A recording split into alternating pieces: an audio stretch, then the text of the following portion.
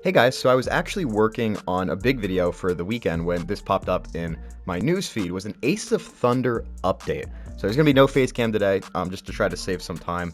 But the update comes just 11 days after our last news, which confirmed the German aircraft that we're gonna be seeing in game. And today we actually received another video on Instagram and Twitter, which now confirms interactable cockpits. That was partially known before, but all that we knew before was that you could control the stick, the throttle, and believe it or not, even the rear gunner seat, all with your PSVR 2 controllers. But they've come out with this new video today, and we're gonna go through it right now and see what they've added. Now the video wastes no time. It starts out nice and hot. You can see him grabbing the sliding canopy and closing it.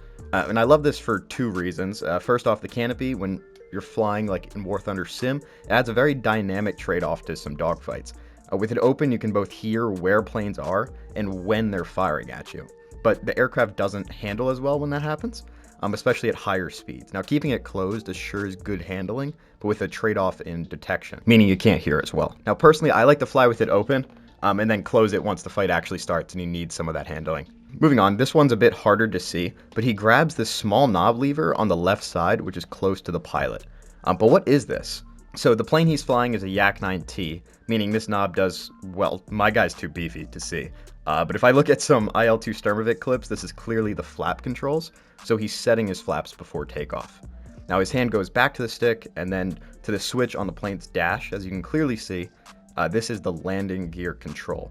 Now if you're curious as to how I know that the plane is a Yak 9T, just look at these two side by side, and I believe it's a 9T because it's ranked 4.0 in Sim, instead of the normal Yak 9, which is a 3.0 rating. And the confirmed American fighters that we're going to have are all around the 4.0 range as well, so it just makes sense to have a better balancing with the Yak 9T. We then see him open the canopy again, and then it just switches to a Spitfire, essentially doing the same thing, but landing this time. So what that means is that our list of interactable cockpit features now expands.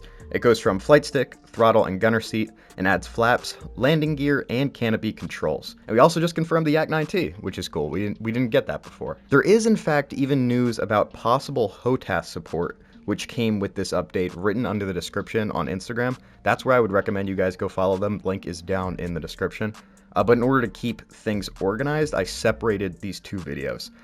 But that one is already live, so I'll send you over there. And if you're interested, subscribe and stay up to date with Aces of Thunder. Turn the notifications on so you guys stay within the loop within the hour or two that this news comes out. Thank you all for watching. Go check out that video. Adios.